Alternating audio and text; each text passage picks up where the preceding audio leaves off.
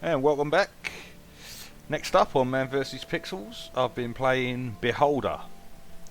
Beholder is a 2D sort of choices matter strategy adventure sim from 2016. It's a point and click style adventure. You interact with your character, other characters and the environment. You use dialogue choices to talk to other characters in the game, and like other things you can collect in the game go into your inventory.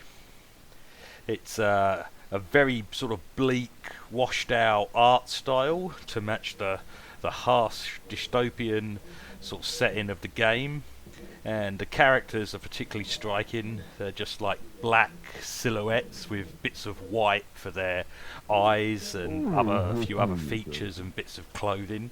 That's probably one of the most striking visual parts of the game is just how the characters look. You play Carl Stein. He is a newly appointed landlord of a building in a 1984 Eastern European Soviet state style country of no particular name, and your job is to spy on your tenants, profile them and report any sort of subversives or illegal activity to the state, who will take the appropriate action. And that appropriate action usually means the police coming round, beating them senseless and carting them off in the back of a van, never to be seen again. You do this by placing cameras in the various different apartments of your building, and whenever a tenant is up to something they shouldn't be, there's sort of like an icon that appears over them so long as they're in an area that your camera covers. You can click on that, and that puts the evidence into like your logbook, and then you can use that to make a report to the state. You can also search the tenants' rooms when they're not home, looking through all the various different items of furniture and such that are in the rooms, and bits and pieces that you find in there can be catalogued and also go like into your logbook of evidence, and profile, like some stuff may not be illegal, but it might just be interesting information, and that goes into profiling the tenants rather than reporting them for illegal activities. You can also steal the things you find in your tenants' rooms, although that is risky, because if eventually you do get caught for stealing, you will get done as well. The police will come and take you away. You can use all the information you find, like I say, to profile a tenant. These are like little reports you make of what the tenants are into, like they might, what hobbies they have, what interests they have, that kind of thing. These go into profiles, and you get rewarded by you get given money from the state for sending off these profiles. And evidence of illegal activities can be used to either get the tenant arrested and, like I said, carted off in the back of a van, or you can use them to blackmail the tenant to get a bit of extra money for yourself as well. Although sometimes the tenants will ignore the blackmail letter, and then you might have to go take other steps. But so you go through the game.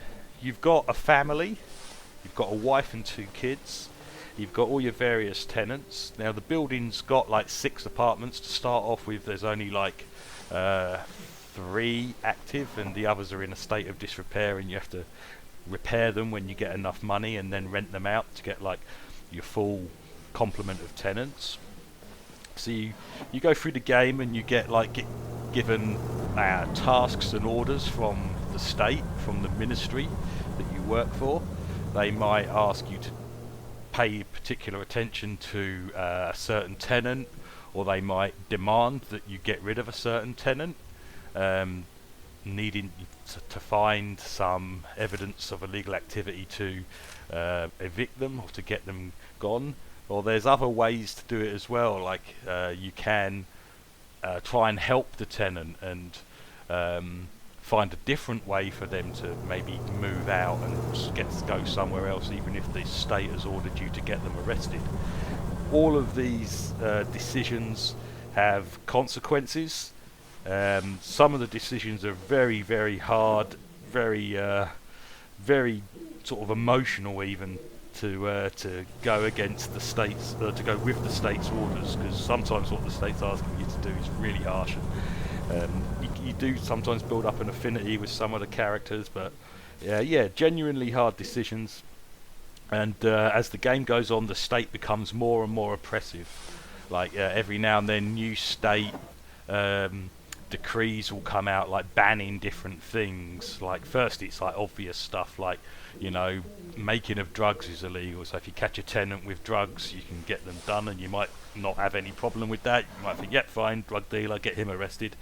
And then it'll go to things like making propaganda posters, or reading books by a certain author, or being in possession of books by a certain author, or just to things like, in the end, like just reading books. Crying in public is now illegal. Loads of stuff comes up. Possession of, I think one time the new order was possession of fish is illegal for some reason. And if you find fish in another tenant's apartment, you can use that to get them arrested, or you can use it to blackmail them. But more and more, as the game goes on, more and more oppressive orders come from the state, which they're asking you to carry out.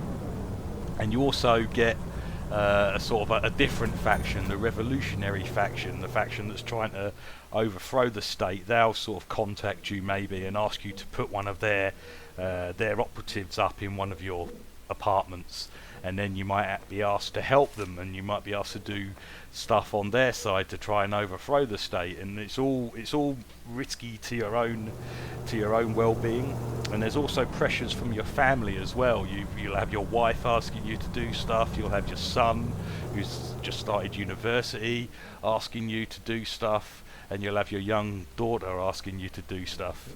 And like the game can end quite abruptly if you make certain, I wouldn't say wrong decisions, because I don't think any decision is wrong, but some decisions, well, one of my first playthrough ended up very abruptly and very shockingly as well. I was just like, just watching the screen when I realised that this was it, the game was over. I was like, I did not expect that at all. So that is something definitely the game pulled on me, and very harsh consequences of some of the decisions you have to make in this game. It's well worth playing through several times, more than once at least, to see the different outcomes of the various different decisions you have to make. So yeah, it's a very, very good game. Genuinely hard and emotional choices and consequences.